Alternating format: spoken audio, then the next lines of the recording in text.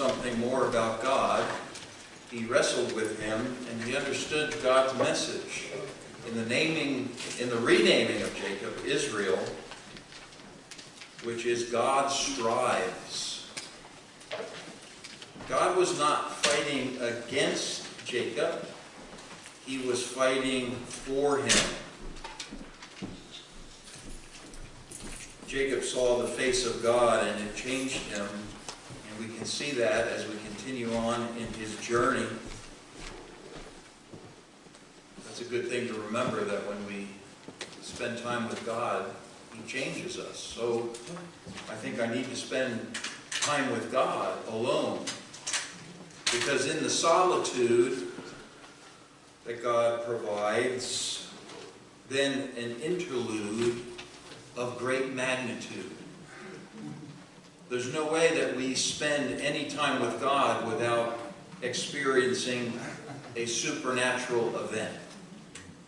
And much of that is in my heart, and in my mind, and in my life, because he kind of tends to rub off on you. But you got to find the solitude and push out all those distractions that are keeping us from that moment that we have with God.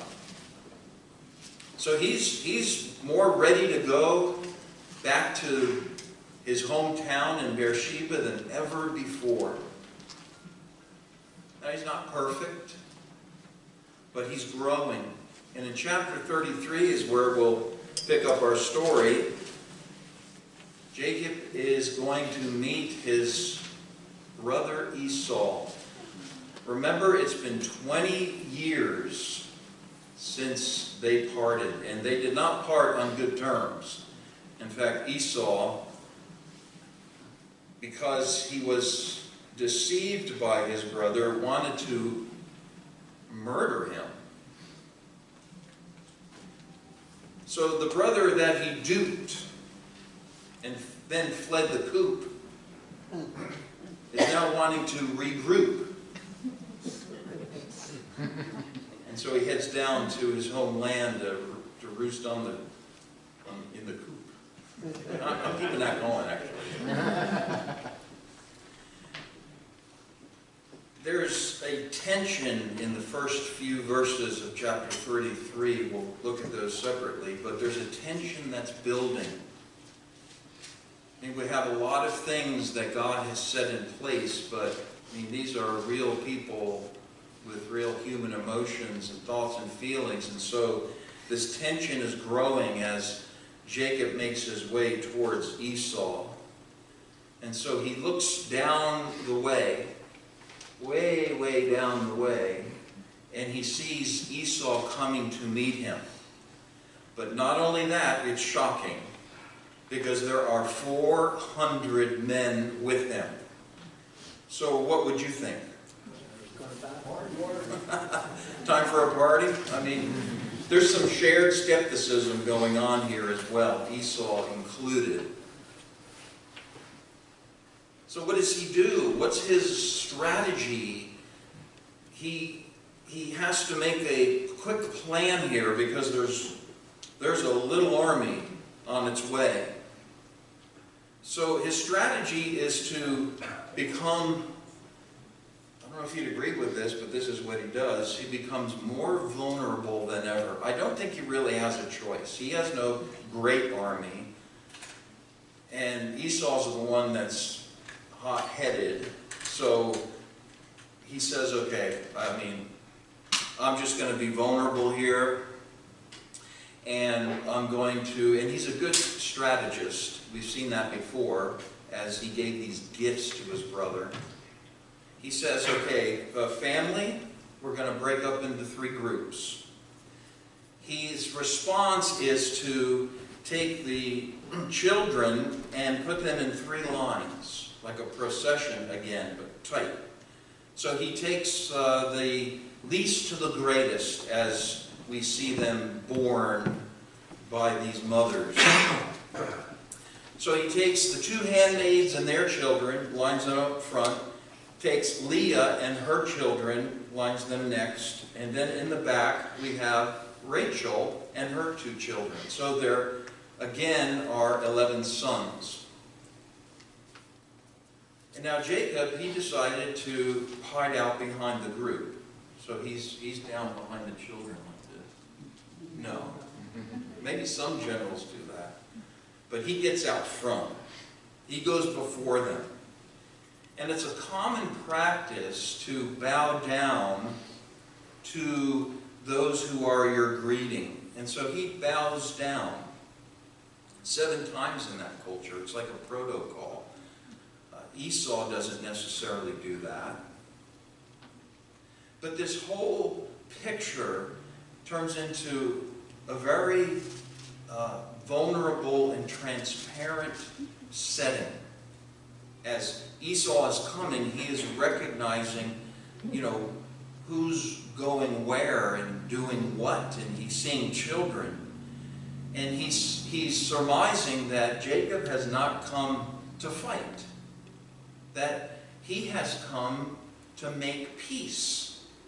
I think he's taking that in because his strategy is based on his theology, or if you like the word epistemology, the knowledge of God. So up to this point, what have we learned about what his knowledge of God is? Because this is dictating his strategy. God is with me. God is for me, not against me. God will strive with me. And God has given me promises. So that's being ingrained into his mind and his heart.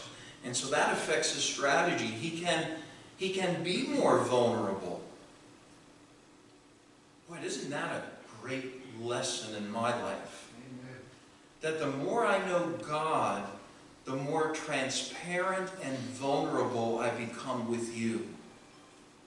And it affects my strategy. In fact, it helps dictate to me how I should live, literally.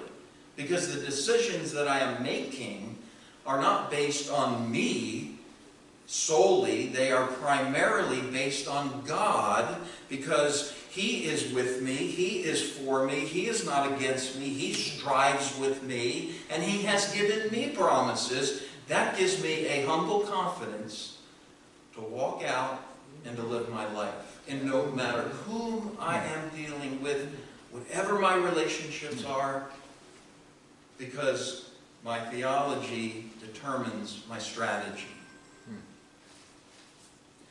Here they come down to the meeting. And verse 4, let me read this to you. We're in chapter 33.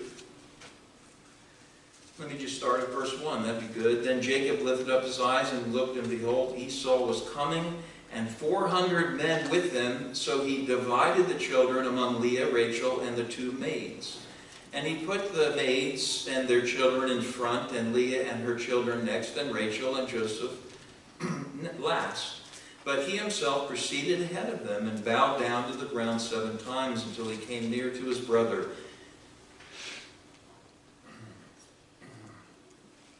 They're drawing nearer and nearer. And now what is Esau? What's his response? Verse 4 is just a bombshell. Verse 4, then Esau ran to him and embraced him and fell on his neck and kissed him, and they wept. Now there's a nice story. No war, no conflict at this point. Just 2 brothers separated by 20 years. No contact. I mean, something is going on behind the scenes. What is his response? I think there's 4 steps to that. He ran to meet him. He embraced him. He fell on his neck, in a good way, and kissed him. And they wept. I mean, I think tears uncontrolled, uncontrollable crying. It's like when you write cards, right? And at the end of them, what do you put? The X's and the zeros, right? For hugs and kisses. So this was a hugs and kisses meeting. There was a big hug, and a big kiss, and then a little hug and a little kiss, and then a big hug and a little kiss. That was their reading. Beautiful, beautiful. It reminds me of the time that Joseph met his brothers, because they also had an XO meeting, and they had been separated because of the famine, and primarily because his brothers betrayed him.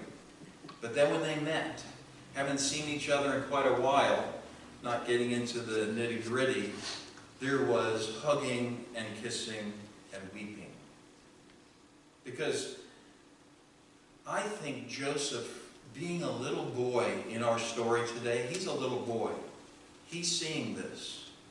He's seeing a role model in his father and in his uncle.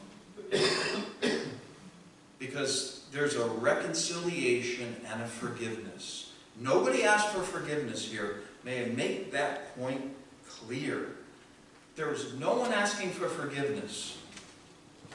So I can ask myself, I can ask you, is there anyone I need to run to, hug, and kiss? Well, you say, well, they haven't asked for forgiveness. It doesn't matter. The biblical principle is you don't need to be asked forgiveness before you forgive them. Because then you're in bondage, you're in a chain. They may never ask for forgiveness. And what's that got to do? Hang up your whole life? Because if you don't, what festers? Anger, bitterness, so on and so forth. And some people think, well, I'm not going to forgive them until they ask. And I'm saying that's not the way that Jesus rolled it out. Forgiveness is not predicated on them asking. It is instinctive to the Spirit. Think of when Jesus was on the cross. What did he say? Forgive them, for they know not what they do. Forgive them. What about the great old John 3:16? For God so loved the world, he gave his only Son. He loved the world.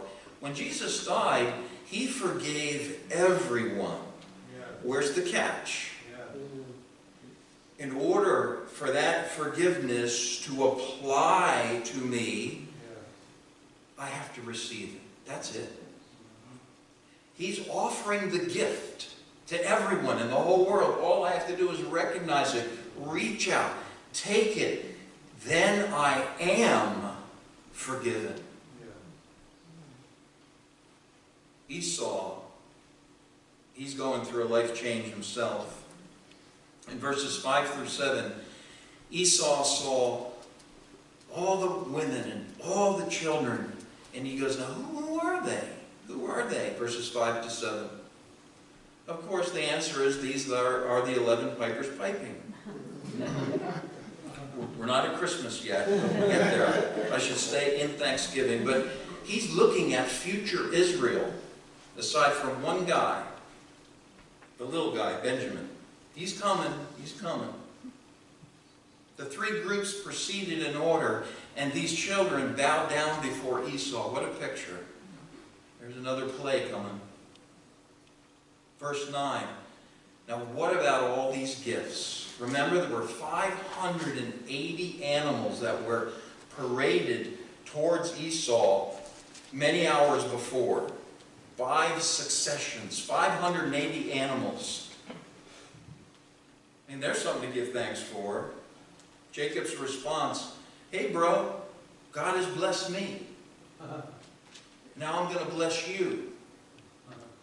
And Esau says, no, I got plenty.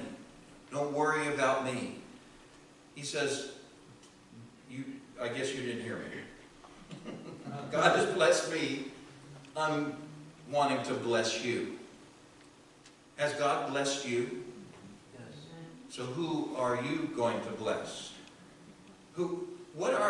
Let's do it. Why not?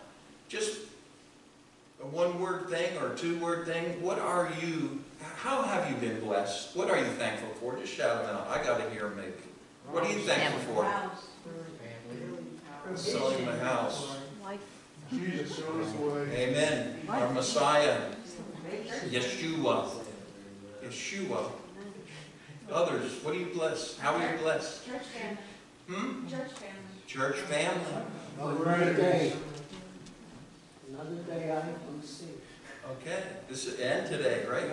This is the day and another day that the Lord has made. Humbleness. Yeah, all kinds of blessings of the gifts of the Spirit within us. So these are the things that we've been blessed. And so because God has touched my life, that makes me want to touch somebody else's life. And in doing that, I am doubly blessed. Because there's a double blessing here as well. You can see with all of this thanksgiving and gift giving, and the measures taken physically, body action, to show peace and reconciliation. You can see a whole lot more going on in these guys' lives, in their hearts. After 20 years, it took 20 years in God's plan to reunite these brothers. I mean, that's a long time to me. But we want to rush things, and we don't have God's timeline because we want instant gratification, because that's the culture we live in. I think we learned from at least the Old Testament, things took a lot longer. And maybe I can take a cue from that. So I'm going to be looking for those people that maybe I need to ask them for forgiveness. And I'm going to be looking for those people that I feel need to ask me, give their forgiveness, ask me for their forgiveness, but if I don't get that, I forgive them anyway, and I'm going to get a double blessing. Yes. Genesis 33, Esau offers to travel back with Jacob. There's another blessing. He says, yeah, okay, I heard you. I'll receive those 580 gifts. As long as you clean up the poop. And then I'm going to offer you something. I'm going to offer to be your escort back to Daddy's. Back to Isaac.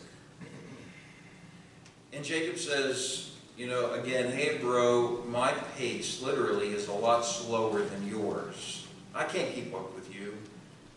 So you go ahead of me and I'll follow behind you. And then he says, okay, no problem. And then, this is verses 12 to 15, then how about taking a few of my best soldiers with you? And again he says, that's okay. You go with your armed men, I will follow behind you. Maybe he's thinking, Mahanaim. Mahanaim is God's camp. Remember? The encampment of angels that are around him. We got Jacob's camp and we have God's camp. And he was given the ability to, his blinders were taken off and he saw this army of angels that was traveling with him. And didn't you just love the point of the sermon some weeks ago, or days ago, or whatever, that we also have an encampment of angels that provide us assistance according to God's will, can appear to us according to God's will. Putting chills up my spine. Feels good. Maybe that's what Jacob was thinking. Hey, I made it this far because this was God's will. And he's promised me blessing upon blessing. I'm receiving that right now from you, my dear brother, who I thought was going to murder me, just as doubly and triply blessed me. So you go on your way, I'll go on mine. There's something in his mind that I think people are still trying to figure out. That is, he wanted to delay. He wanted to delay. For some reason, he wasn't going to rush right down to Beersheba. So in verses 16 and 17, we learn that Jacob journeyed to Sukkoth, still outside the land of his upbringing. The east side of the Jordan River, pretty close, but not in the promised land yet. And he builds a house there. So he told his brother, you go on ahead of me, I'll catch up. But he stayed there at least 1 or 2 years. And he made booths for his animals. In fact, that word in Hebrew means booths. And why was he hesitant? Why was he in no hurry to enter into his homeland? There was some reluctancy. Nothing negative here, but what was going on. Chapter 3, verses 18 through 34:1. Jacob finally returns to the land. And he comes to Shechem. And he, being a nomad, is encamped on the outside of the city. But he's in peace. And the Bible says he encamped before the city. Back in the promised land, still far north from his father Isaac, Jacob purchases a parcel of ground. And in fact, this parcel years later is where the bones of Joseph were buried. Here's little Joseph receiving all these little signs. I wonder if he picked up on them. I mean, he didn't know this would be where he was buried, but he buys this parcel of land. Jacob does. And here Jacob used his new name for the first time, Israel. Sara'el is actually how it is pronounced in Hebrew. Sara'el, God strives. Israel means God strives. God strives with Israel, not against Israel. Keep that in your mind for today's current events. God is striving with them, particularly the remnant. But here, he builds an altar in Shechem, and he names it God, the God of Israel. God, the God of Israel. Uses his new name for the first time. Israel is going through a transformation because God is in his life. He's changing him. He's making him more thankful. I mean, there are a lot of obstacles that could come into Jacob's life as I think about it. Things that could distract him from being grateful, from being thankful. But you can see he's, even in his language now, using the precious name of Israel that was given to him as a gift.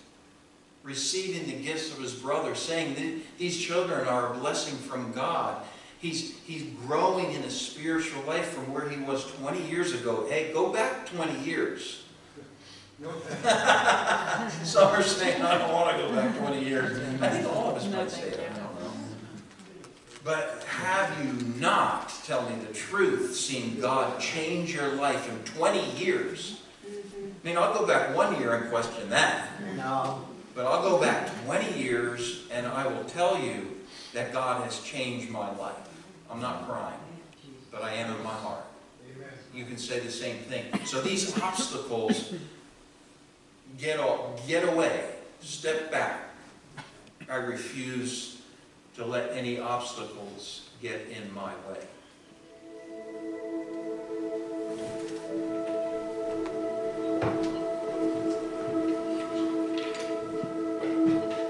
Sometimes it's hard finding thankfulness. With all the struggles, divisions, the anger often hidden deep within us. Too often life begins to drain the joy, distress, destroy the deafening noise, shuts out the voice of God. We walk our road, we wander our path, setting the tone, watching our steps right and left, every breath spent, longing for the next big thing.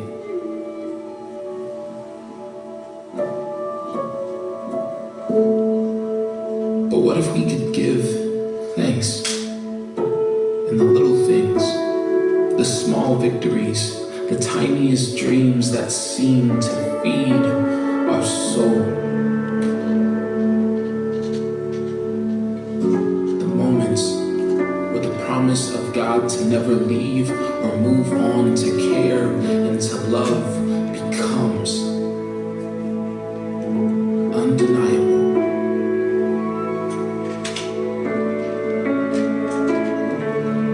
Finding gratitude in the everyday